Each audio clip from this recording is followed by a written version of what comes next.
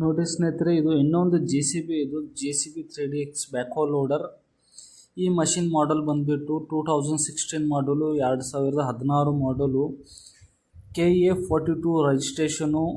Very good ಕಂಡೀಷನಲ್ಲಿದೆ. ಗಾಡಿ ಮಾತ್ರ ತುಂಬ ಚೆನ್ನಾಗಿದೆ. ಗಾಡಿ ನೀವು ಹೇಗಿದೆ, ನೀವು ಫೋಟೋಲಿ ನೀವು ನೋಡ್ತಾ ಇದ್ದಿರಬೇಕು.